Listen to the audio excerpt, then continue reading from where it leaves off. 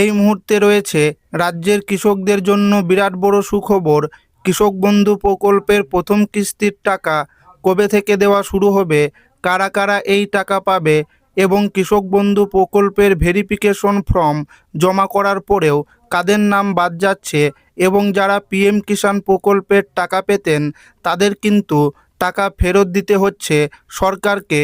তো কাদের কাদের ফেরত দিতে হচ্ছে সমস্ত কিছু জানিয়ে দেব আজকের এই ভিডিওটিতে এবং আপনাদেরকে প্রমাণ সমেত দেখাবো।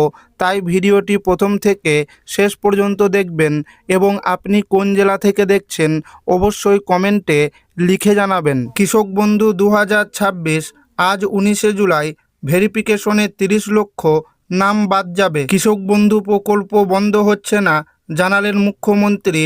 তার জন্য পূরণ করতে হবে নতুন ফর্ম। 31 জুলাইয়ের মধ্যেই সেই কাজ শেষ হবে। তিনি জানান, রাজ্যের কৃষকরা পিএম কিষাণ প্রকল্পের মাধ্যমে বছরে 9,000 টাকাও পাবেন। এর মধ্যে 3,000 টাকা রাজ্য সরকার দেবে। রাজ্যের কৃষকদের বিভিন্ন প্রকল্প নিয়ে মুখ্যমন্ত্রী শুভেন্দু অধিকারীর সঙ্গে বৈঠক হয় কৃষিমন্ত্রীর। পিএম কিষাণ থেকে অন্যান্য প্রকল্পে কিভাবে কৃষকদের যুক্ত করা যায় তা নিয়ে আলোচনা হয়েছে ওই বৈঠকে। নবান্ন সূত্রে খবর, ইতিমধ্যেই পুরনো কৃষক বন্ধু প্রকল্পের নামের তালিকা নিয়ে ঝাড়াই বাছাই হচ্ছে। তাতে প্রায় 30 লক্ষ সুবিধাভোগীর নাম বাদ যেতে পারে। বাকিদের নাম তোলার কাজ শুরু হচ্ছে। ইতিমধ্যেই সমস্ত জেলাতে কৃষক বন্ধু ভেরিফিকেশন শুরু হয়ে গেছে।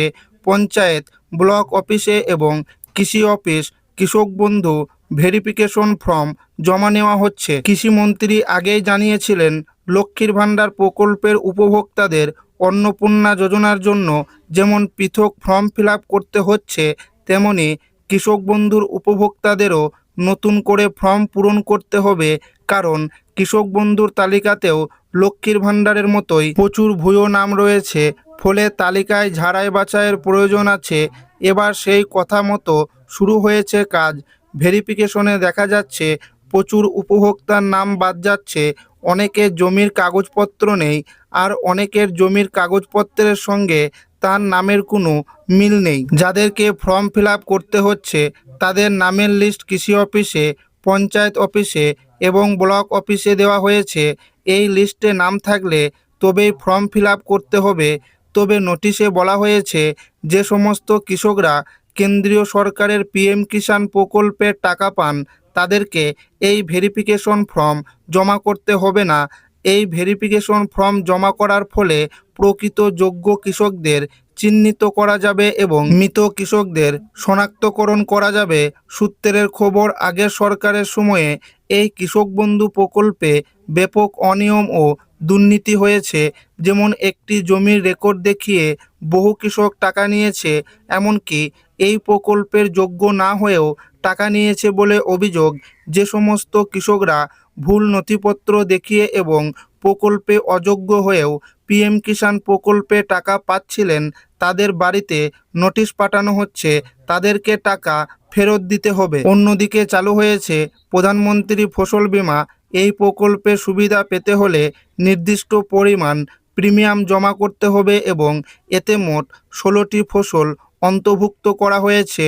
আগে বাংলা শস্য বীমা প্রকল্পে কৃষকদের কোনো প্রিমিয়াম দিতে হতো না, সম্পূর্ণ খরচ বহন করত রাজ্য সরকার। বাংলা শস্য বীমা প্রকল্প থাকবে কিনা এই নিয়ে এখনো কোনো আপডেট আসেনি। 1 একরের কম চাষযোগ্য জমি থাকলে বছরে 4,000 টাকা।